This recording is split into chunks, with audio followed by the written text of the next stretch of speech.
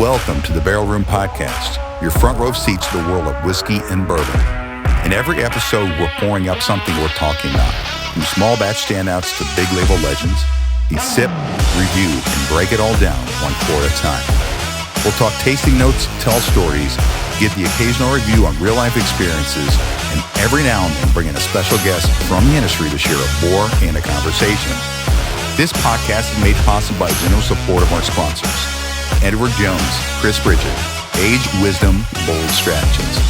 Fallen Buds Craft Experience, crafted in honor, shared in remembrance. Bowie's Liquor, pouring paradise one bottle at a time. The Barrel Room Bourbon Plum. Pull up a chair, we're waiting for you on the inside. And Grillo's Chop and Barrel, where fine whiskey meets fine meat. So pull up a chair, have a pour as we dive into this week's episode of the Barrel Room Podcast. This pour of the Barrel Room is brought to you by Edward Jones financial advisor Chris Ridgick. Just like a well-aged whiskey, a solid financial plan takes time, patience, and the right guidance. Whether you're investing for the future or planning your next big barrel pick, Chris is here to help you build a strategy that fits your goals and your lifestyle. So let's raise a glass to smart decisions and visit edwardjones.com/Chris Ridgick to get started. And now, this week's episode of the Barrel Room Podcast, let's welcome our hosts, Kenny Gales and Brian Biskin.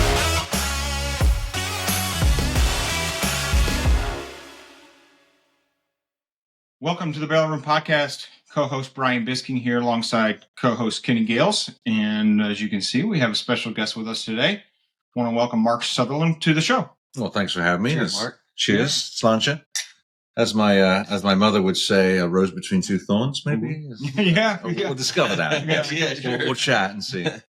Well, my first question for you is, where are you from? Because obviously we got a little bit of a British accent here. We bit. Yeah, so born up in Scotland. Okay.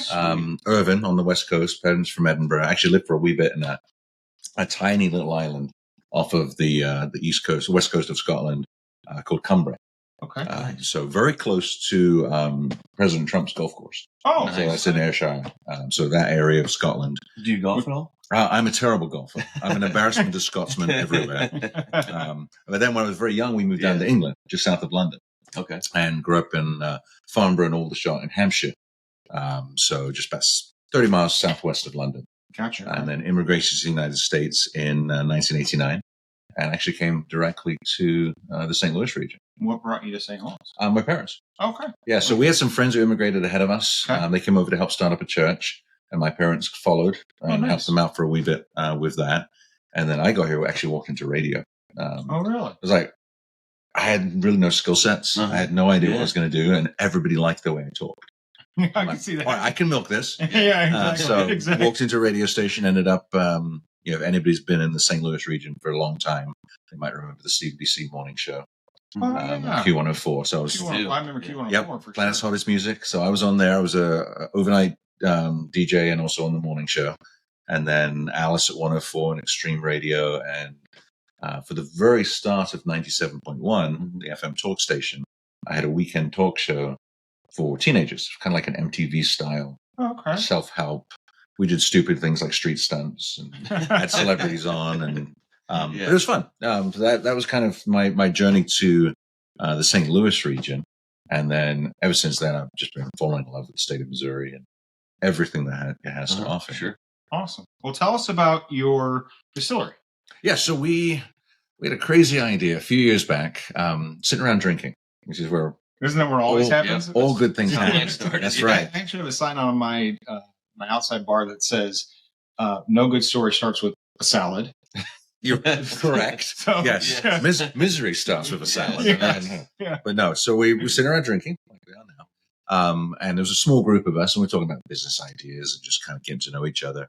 One of the lads there is a gentleman by the name of Demetrius Kane, who is becoming a legend. I think he already was, but he's just becoming a legend in the distilling industry. Sure, of course. He owns Nobleton's.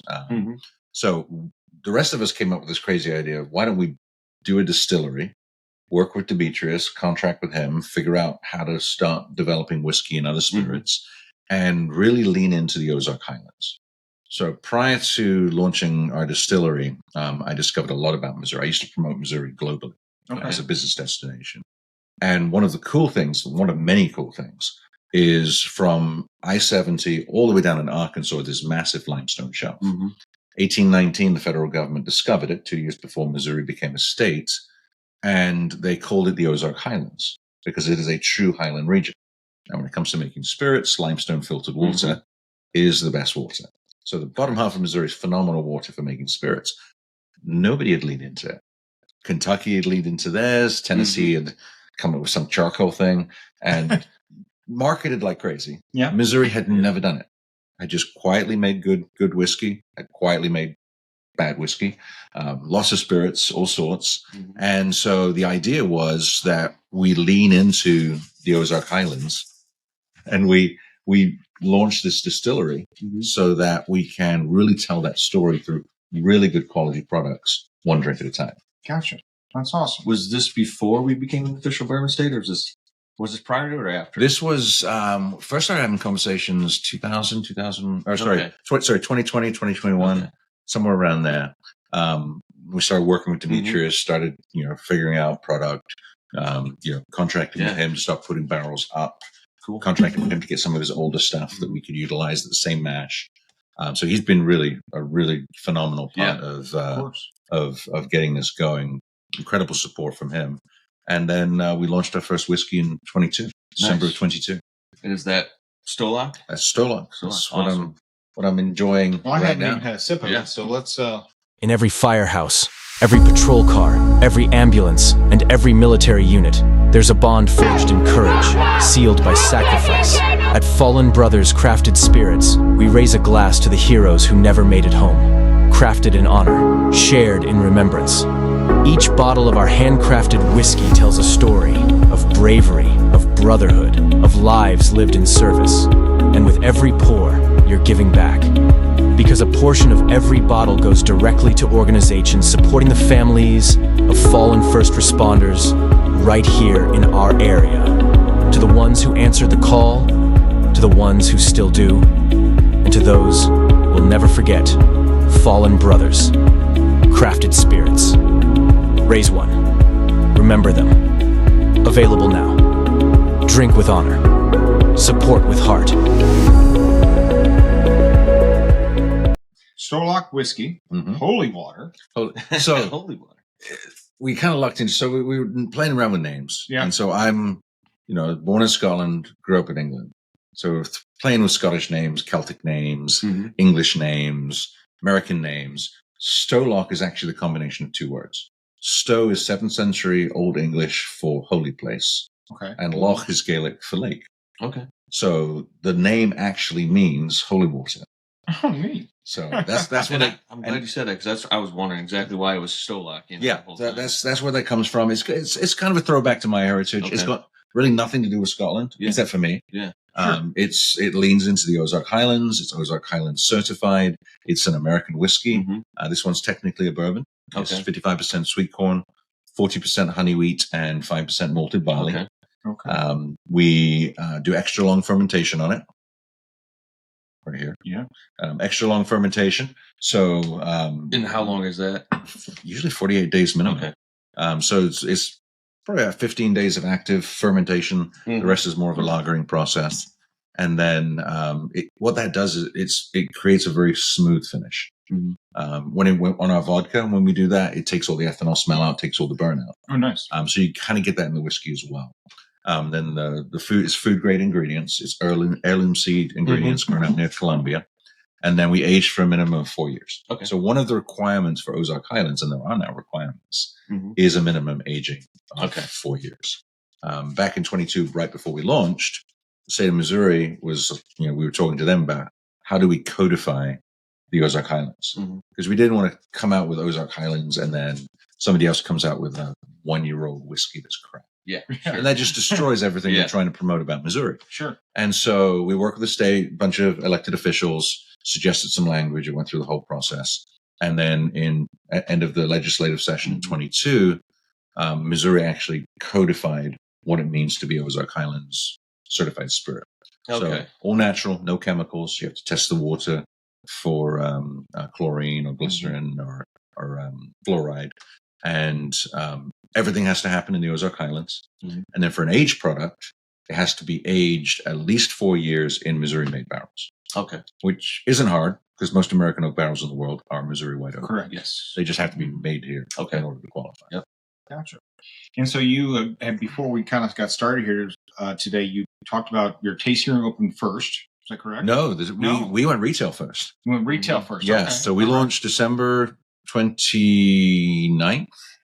Supposed to be 27th, 2022, but there's a huge snowstorm. So we then launched on the 29th at Lit Cigar Lounge in Chesterfield. Phenomenal people, great friends. We actually, for our tasting room, we source all our cigars through them. And I've been a member there for a while. Yeah, we had Lit on just a couple episodes ago. Oh, nice. So shout out to Brian and Andrew. Yep, they are phenomenal people. Always willing to do whatever it takes to help out another business, which is great. Incredible. Really appreciate. So we launched there, and then that next summer of 23, we launched our vodka, which is called Inversion Vodka. Okay. Incredibly smooth, all natural. Probably one of the smoother vodkas you've ever had. 100% heirloom seed sweet corn. Mm-hmm. And then in December of 23, a year after we launched our first whiskey, we launched our first single barrel. Okay. Gotcha. And we've done a series of single barrels ever since. And then what year are we in? 25? December 23. Yeah. So we're talking about December 23, but yeah, we're so then August 25. and then we launched in Missouri, and we have our own distribution company in Missouri. Oh, nice. Missouri allows us to do that. So we self-distribute across the state. We then launched into Florida. Okay. And then more recently into the United Kingdom. And then we've got a handful of other states we're moving into right now. And then in summer of 24, we took over the original tavern in downtown Defiance, Missouri. Okay. It was first a tavern in 1893, very first one in Defiance, and rehabbed it. It used to be a biker bar. It was a lot of great bikers. It was a total dive bar. It was the I remember I grew up in Defiance. It had a lot of history. Oh, yeah. It also was kind of disgusting. It needs a lot of work. So we spent 5 months working on it. And then we were leasing it first. And then a few months back, we actually bought it. But December of last year, we opened the tasting room for the first time. Nice. And actually November, it was Black Friday. Oh. So we opened on Black Friday, stayed open in December, and then we closed in January because it's really bad weather. Mm-hmm. And the roads and nobody comes to Defiance in January, which is fine. And then we've been open the rest of the year. So we have our tasting room, which is more like a cocktail martini lounge. Mm-hmm. So our goal is to celebrate Missouri through really good drinks. Mm-hmm. And it's not just our stuff. So we have probably 11, 12 other whiskeys from around the state. So local brands or local brands. So Nobleton, so Planters, and then some of the stuff that Nobleton's makes. Blacksmith, Loman. We've got Herman Farm, Polly's Still, and Blackshire. Sounds like we need to get Fallen Brothers in there. Yeah, we should definitely do that. And then trying to think what the other ones were. Judgment Tree. Oh yeah, yeah, Brandy. And there's a few others as well. That's awesome. So I'm starting to lose track of. Of course, we get up to that number. We're celebrating. But really, it's we design those really great drinks, and we do single pours, of course. Sure. But really good cocktails, martinis. Right now, we've got a whole Manhattan line that's using Missouri whiskeys, various Missouri whiskeys, and both Pimm's, which is basically a British Amaro. Okay. And then a Milan Amaro and a Sicilian Amaro. And so different variations on the Manhattan, which is a kind of, but each one celebrates Missouri while also embracing international culture. Mm-hmm. That's cool. So we're doing kind of fun stuff like that, full menu. We also have a cigar lounge, cigar room. So with air handling and purification and everything. So you can go in there and enjoy a nice cigar sourced from Lit or bring your own in. Yeah, sure. And then outside, we've got a huge patio, outside stage. So we have live music there every weekend. Every Saturday and Sunday and some Fridays, we'll have bands on the back patio and such. Oh, that's awesome. So, yeah, I have not. He introduced me to you. I did a little research about it before he came on. I was like, damn, I need to get down there and check it out. Oh, absolutely. It's fun. Yeah. Yeah, we have so a good you time. say full menu. Do you have food, or you allow people? We do share food. Yeah. So we got sausage and cheese, but you are welcome to bring food in. Gotcha. Okay. There's a restaurant right next door called the Watering Hole, Circle 6. Oh yeah. Watering Hole. Yeah. So you farm to table food, so you can grab that, bring it in. A lot of people do. And then across the road from us, opening up September 1st, is this place called Saddles, which is a wine wine and some draft beer, but wine and small plates. How far is Good News? Good News is just on the other end of town from us. Okay. So if you were we back onto the Katy Trail. Okay. So if you were going to walk from our place to Good News, it's a 15-minute walk. Nice. Just straight down the trail. Yeah. We've been to Good News, my wife and I, a couple times for drinks and pizza up on their deck. And great team. Dan's phenomenal. They're good people too. Yeah. They started franchising, so that's Did they really? Yes. Yeah. He's had a success. They do. Yep. They do now. Yeah. He's sourcing 4 different whiskeys out of Kentucky. Nice. It's really good. He's got 1 barrel proof, and then the rest are lower proofs. Yeah. So they're probably always going to be NDPs. I'm assuming. I think he's planning on sourcing, at least for a while. Yeah, sure. I mean, like anybody with a distillery. He had you want to make your own eventually. I want to say he had a 12-year rye recently that was really, really good. Really? That's awesome. Yeah. I love their beer. Yeah. But I don't drink beer as much as I used to. Once you get older, you kind of have to stop that a little bit. We have actually, so I mentioned we have all the spirits. Yeah. We also have a bunch of Missouri beers. Oh, nice. Because people come in as a group. Not everybody's going to be drinking whiskey. Not everybody's going to be drinking vodka. So we want to have a variety. So we've got actually 2 from Good News on tap. They're IPA and they're pineapple. Nice. We've got 2 from Billy Bush on tap. His Adolphus and Gussie. We have Crafted Light in cans, which are getting hard to get right now. Yeah, but they are. Yeah, we still have just a couple left. And then we have some stuff from Mothers down in Springfield. Nice. Springfield, yeah. So a selection from Mothers. So again, every drink, and the wine, all the wine's Missouri as well. That's awesome. So every drink is really a celebration of a phenomenal industry in the state. What's the name of the facilities? Stone Ledge. Okay. Yeah, Stone Ledge Distillery. Got it. So that's where our license is held. We've got the barrel aging area.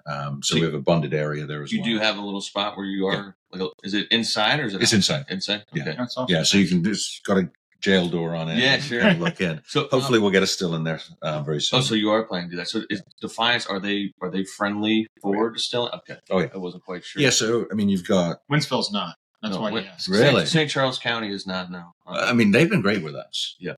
So I mean, we're in St. Charles County, but they've been. But you might be zoned. What do you zone? Commercial? Probably agricultural. Yeah. So then, there's probably a little bit different. Yeah. I mean, I think maybe commercial. I don't know.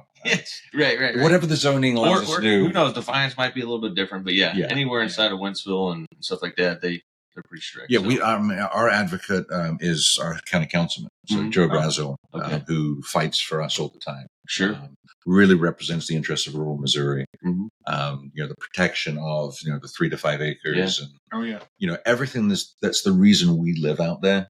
He's fighting to protect, because otherwise there's going to be development after development, and they're not going to stop. Yeah, developers want to develop. Correct. I mean, that's happening. We don't want them to our develop. Street. I was going to say, our street was like rural a few years ago, and now they just put in 300 homes. You know, and it's just every day it looks like they're clearing out trees and getting ready to develop it. So we're trying to prevent that from happening. I would love that out there, because then you lose the whole draw of the region. Yes. Sure. And everybody wants to come out to Defiance and to Augusta and enjoy nature and enjoy the view and enjoy the feel of the area. You build a subdivision, that goes away. Yeah, sure. It's something that's worth protecting. Yeah, for sure. We'll have to look at Defiance. That's pretty cool. Yeah, for sure. Because we're currently looking at a place too. So nice. Yeah. So Yep. We'll see. Yeah. Well, we'll have to chat. Yeah, we will. So let's talk about the whiskey itself. What was the mash bill you said again? So this is our flagship. So this is 55% sweet corn, 40% honey wheat, and 5% malted barley. It's sweet. That's good. Yeah, you got that little sweetness on the end. Honey wheat's interesting because the longer it's in the barrel, the more honey presents. So this is a 4-year, so you get a little bit of that caramel flavor coming through. We also have 2 single barrel reserves. One is a 10-year version of this, which is quite phenomenal. The other is a 10-year version of 90% honey wheat and 10% malted barley. Okay. That is like an aged Scotch, but the substance of an American whiskey. Really? Okay. So that's probably my favorite. Are you a big Scotch guy? That's where I started with. I'm sure. Yeah, I was going to say, I was kind of curious because I mean, you're in bourbon, and then American whiskey, obviously. But is that in new charred oak barrels, or is that coming with a secondary barrel that's already been used? So so what we're doing right now, the flagships right now are bourbons. Okay. Because we have new charred barrels, minimum aging of 4 years. But we just emptied a bunch of barrels and refilled them. Okay. So in 4 years from now, it won't be a bourbon, but it will taste exactly the same and look exactly the same. Correct. Yeah. So it just renames it to an American whiskey. It's American whiskey. Yeah. And I have this conversation all the time. People are like, "Well, I don't like whiskey. I just like bourbon." And after I remove my hands from my face, yeah, exactly. because I'm like, oh, I just encourage them to expand. Because it's bourbon whiskey or American whiskey or Ozark Highlands whiskey or Scotch whiskey. It's all whiskey. Yeah. And it's like, and I encourage people to step beyond what they think they like. Yes. Especially a place like ours, where it's very easy. We'll just do samples. Sure. It's like, all right, you never tried a Scotch? We'll try this one. It's a heavy peat. We've got one. A friend of mine owns a distillery on the Isle of Harris. And so we have his small batch Scotch. It's the only Scotch we carry. But we also have whiskeys from all across Missouri. And it's like, just try them. Yeah. Or if you're out at the local cigar, if you're out at Lit and you want to try a whole variety, they've got a whole variety. They do, yeah. And just experiment a little. You don't have to go invest in a bottle. But I guarantee you that there'll be something outside of your box that you like. Yeah. You might not like it as much. Yeah, I mean, I've had Scotch. You'll find something you like. Yeah. And so I've had, claimed to be good Scotch. It wasn't for me, that one bottle. I've only had it once. So I was like, just give me my whiskey back. You either like it or it's acquired over time. Yeah. You know? Yeah. Well, I think eventually you'll start enjoying it more and more and appreciating it. I think the more you try, at like, least, you know. We talk about it in the show all the time, how much I hate rye whiskey. Okay. And we've been doing this show now almost 5 months. We've had the Barrel Room Bourbon Club from the beginning of the year. Mm-hmm. And, I'll try a bottle and they'll be like, that's a rye. And I'll be like, but I like that. Yeah. But then I'll try a different rye and be like, nope, that's what I don't like. Right. So to your point, each bottle, depending on whether it's a Scotch or not a Scotch, could have different flavor profile. And even within Scotch. Correct. It's going to be, you can have the heavy peat or the light, more airy flavor, which is my preference. Mm-hmm. Not a big fan of the heavy peat. Yep. But I've been right with you. It's like, I never liked rye until I did. Yeah. And it's like, I tried that rye. I'm like, everybody keeps I trying actually to like this one. Since day one, I've been trying to convert it because, I grew a huge appreciation over the many years that I've been into whiskey and all that. And it's like, I used to love bourbon, but now I tend to lean towards a rye. Mm-hmm. Just the more complexity, the more flavor, the rye, the whole rye grain, everything else just seems to carry a little more flavor and complexity. Right. Now, have you tried Plance's whiskey? Yeah. We tried it actually with the lit cigar. What did you think of it? That was great. So that's got a little bit of rye. That's like 20-something% I rye. even had something the other day. Yeah, that one barrel pick that they did out of Lit, I thought had like 45%. It was 51, 45 something. Okay. So last would be malted barley. Yeah. Mm-hmm. So the percentage, whatever. 45, corn, rye, and so, barley. Yep. There's a bottle that I get a bit of over again. There was a bottle that I had not too long ago, and you'll probably remember, but it was like 55%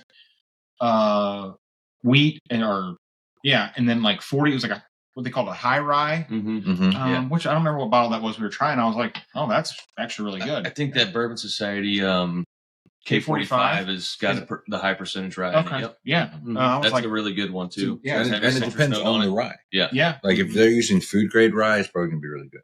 If they're just using feed grade or subpar, then you're going to get a little bit more roughness, bitterness too. The only thing that I haven't been able to acquire from a rye is like, I don't like that big peppery kick at the end. Mm-hmm. For me, that is like more of a bite. Mm-hmm. Whereas like with a bourbon, it just goes down smoother. And I like that sweeter note, those sweeter notes. Mm-hmm. And then on the rye, it's like, okay, I taste the sweetness and the goodness. And then all of a sudden it's like, oh. Well, you also get the clove and the other stuff coming out of it. Dill spice sometimes, depending on how aged it is, it also changes the flavor profile and all that too, So you probably like a heavy wheat. If you like that sweetness. I do like he does like wheat. That Rare Character Exceptional Series wheat was a good one that you really liked. Yeah, I do like wheat. Even Green River's wheated bourbon right here. For the price point, it's unbeatable. Is an incredible. It's a blue label. For those who can't see that, it was like $30-something. It's a phenomenal wheat for that price. So, I like the sweetness. Right. Yeah, we probably have a very similar profile. I think. So I guess why the name Stone Ledge for this story? I'm kind of curious on that because I know you got Stowloch, Stone Ledge.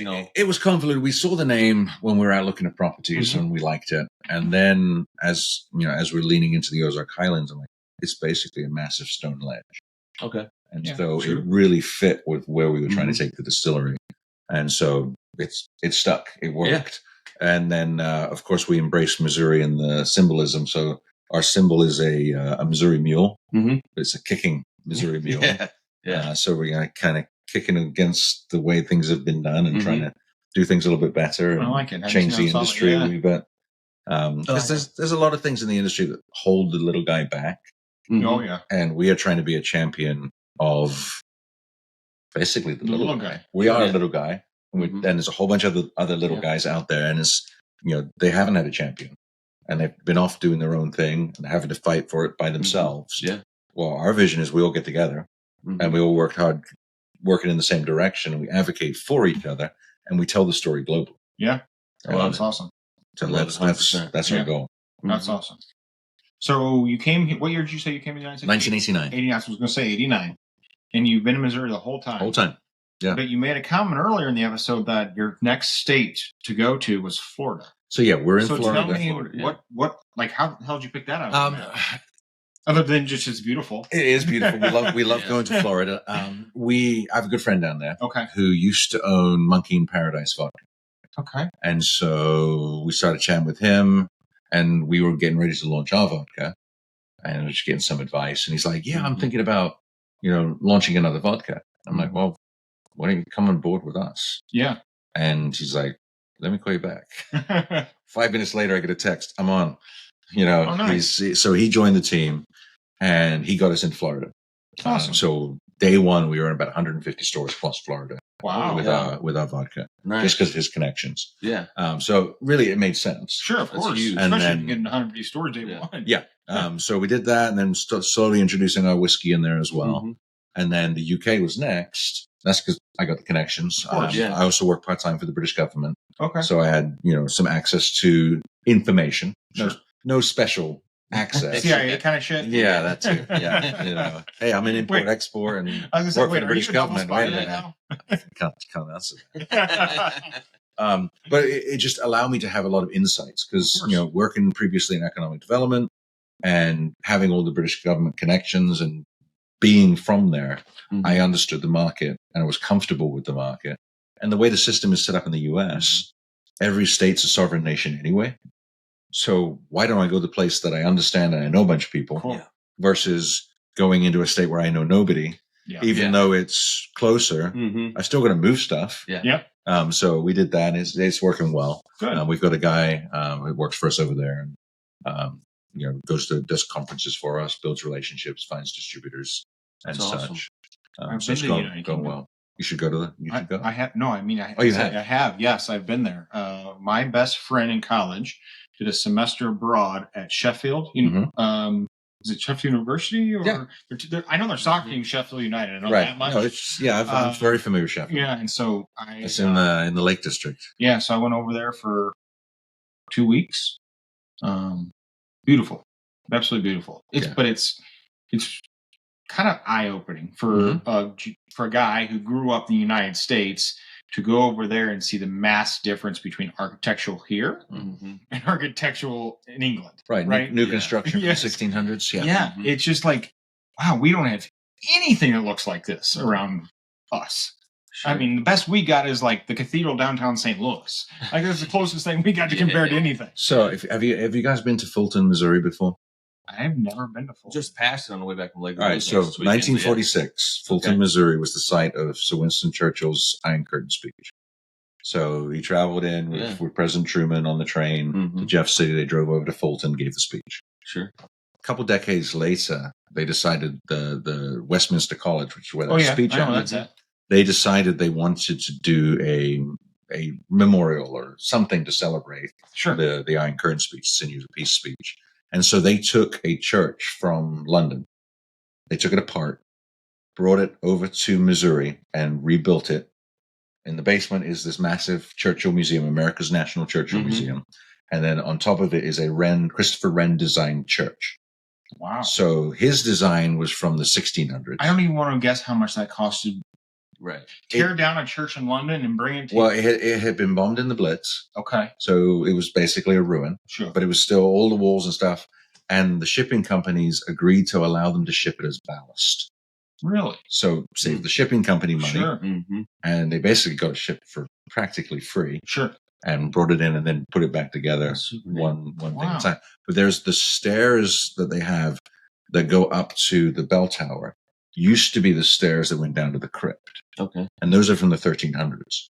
Oh. So there is a building in Missouri that part of it is from the 1300s and it's British. Look at that history. I would have never sharing that. Yeah, I would have never known that. I've lived in the area my whole entire life, and the crazy thing is, I had a salesperson who graduated from Westminster, and to Kenny's point, you know, you go to Lake of the Ozarks, you're driving right past that area, but I'd never taken the time or. Right. Oh, it's well worth the stop. Stop there a couple hours, go through the museum. Absolutely fascinating. They do it really well. That's really and there's a whole bunch of Winston Churchill paintings in there as well, like the paintings that he painted. Wow. So if you're into arts, it's all. Yeah. It's pretty phenomenal. That's super cool. Some moments aren't meant for the crowd. They're meant for the connoisseur.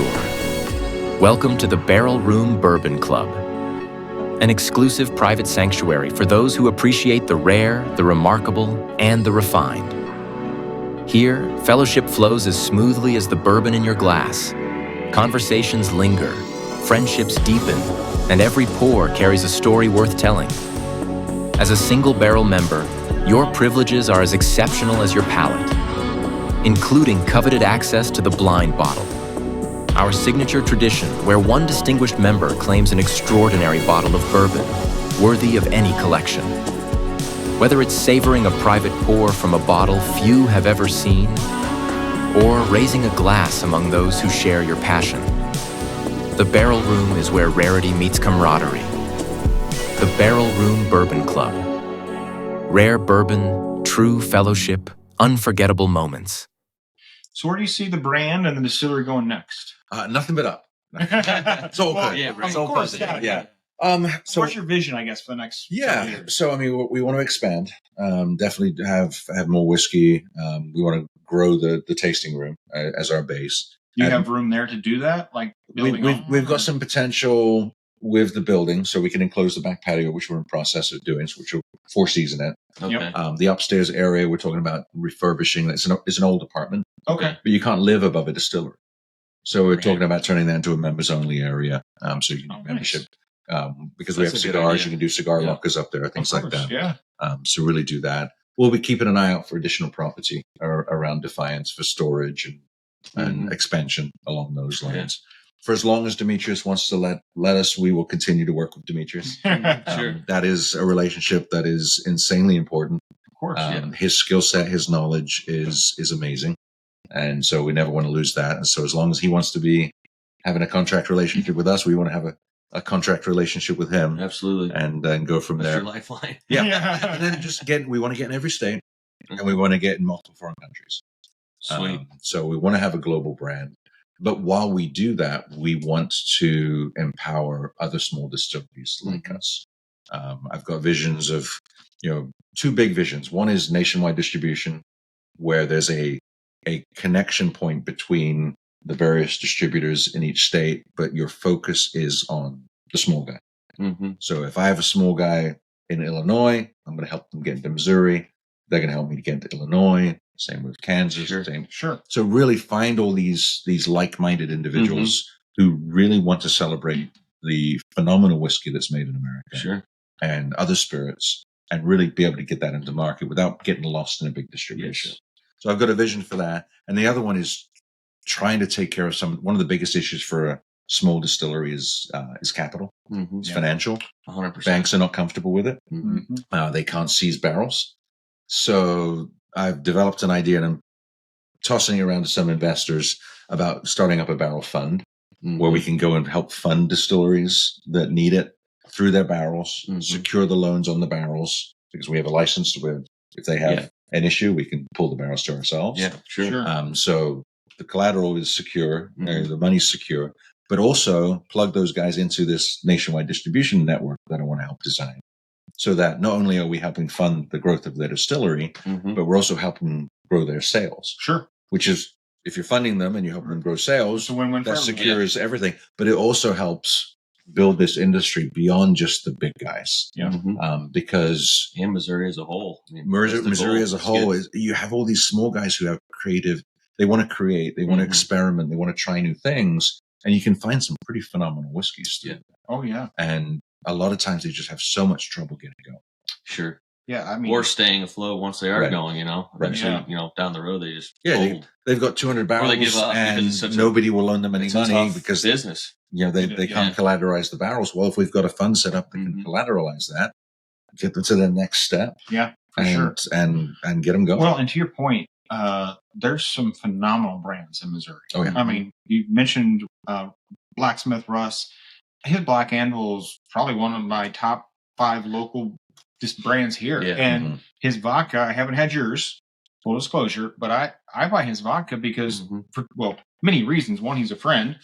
2, it's higher proof than Tito's. 3, it's more natural than Tito's. Right. Tito's is... And it's cheaper. Yeah.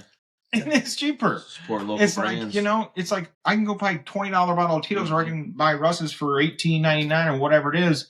I'm going to support my friend in Missouri. And it's probably better, And it is better, actually. And Tito's has gone downhill. It's much smoother than it once was. Yeah. Tito's used to source... They used to do a pretty decent job down. It still wasn't great. It was still, it was still decent.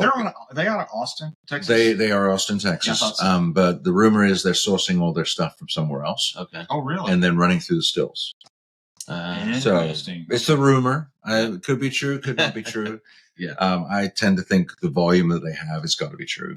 And what's the proof of your vodka? So 80 proof. 80 proof. Yes. I guess that's what Russ is. Yeah, that's because Tito's is what, 60? No, Tito's probably 80. It's just rough. Should be 80, yeah. Yeah. I thought that Russ told me his proof was 20% higher than Tito's. Unless I haven't paid attention. I don't know. And I have to admit, I don't pay attention to Tito's. So I'm off. I'm terrible with numbers. So like a brand like Russ, he's got a lot of different products in his line. Do you guys see Stowloch venturing out into the rise and even finishing or anything like that? Blending, finishing. We've talked about it. It depends on opportunity. Yeah. I think the next one I want to do is a Stowloch wheated. So I wanted that older one, that 90% honey wheat, 10% malted barley. I'd like to do younger versions of that. So a 4-year version of that.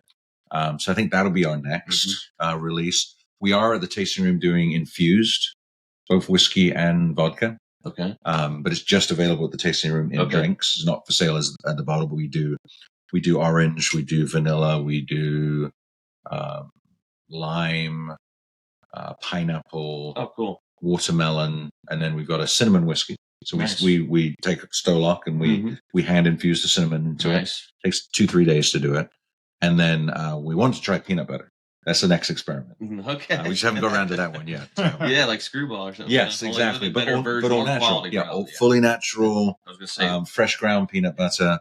Put it in the cheesecloth. Put it in the whiskey and see. So that's our next experiment. We'll see. We'll see how it turns out. It's an experimental series. That's cool. Go ahead. No, go ahead. Yeah. No, I was just going to say, Kenny kind of mentioned how wheateds are hot right now, and it just seems like even like that tastes like a wheated to me. Yeah. Well, it's got 40% honey wheat. Yeah. So yes. So yeah. Now wait till you try 90% honey wheat. Oh yeah. That's waiting for you to taste it. It, so that's waiting for me to taste it. Yeah. We'll have to get a bottle of that if it is available to try it out, and maybe we can promote it on here and let people know what we think about it and stuff like that. So where is that available? So various places. I mean, you can definitely get it at the tasting room. So Macadoodles in Dardine Prairie has it. Yep. Grillo's in Lake St. Louis has it. Wine and Cheese. There's a whole map on our So Dogwood has some. So on your website? Yeah, on our website. What's your website so everybody knows? StoneledgeDistillery.com. Okay. Yeah, so you can go to his website, check out his bottles, purchase there, or meet him out at the tasting room and have a cocktail and buy a bottle. We're open Thursday, Friday, 4 to late. Saturday, 4 to late. Well, technically till 10, but I can't recall the last time we closed at 10. Sure. Because if people are still coming in, we're like, we're open. Yeah, I'm a little more simple. Saturday noon. Done on the Stowloch. Saturday noon to late, and then Sunday noon till 7ish. Yeah. Usually, I think last night we were there till about 9. Okay. Just sitting on that back patio, listening to music. Now, how far do you live from the store? 8 minutes. Yeah, he's not far. Yes. We're up right by him. It's quite nice. Yeah, that's awesome. Well, and shout out to Grillo. He's a sponsor of the podcast. Oh, nice. Yeah, Mike's fantastic. Yeah. And actually, Macadoodles, the owner Mike at Macadoodles, Mike McKenna, will be coming on the show some point down the road. We're trying to figure out schedules, and he's busy and we're busy. He is slightly busy, and how hard he wants to do it in the store, which I'm all for. But it's not easy to record podcast when there's people walking by and talking. It's going to be a little challenging. So I'm trying to figure those details out. Yeah. But looking forward to it. But it'll be fun. And I was introduced to him by a good friend. So he's fantastic. Yeah. So, well, on behalf of the Barrel Room Podcast, I want to cheers you. That's why I poured a little bit more there. Thank you. Thank you for joining us. No, thanks for having me. It's a great bottle. If you want to learn more, go to stoneledgedistillery.com. We'll put that link in the comments below. Mm-hmm. We want to thank our sponsors, Grillo's Chop and Barrel, Maui's Liquor, Edward Jones, and Fallen Brothers Crafted Spirits. Mm-hmm. On behalf of myself, Mark, and Kenny, cheers. We look forward to seeing you next Friday. Yep. Thanks.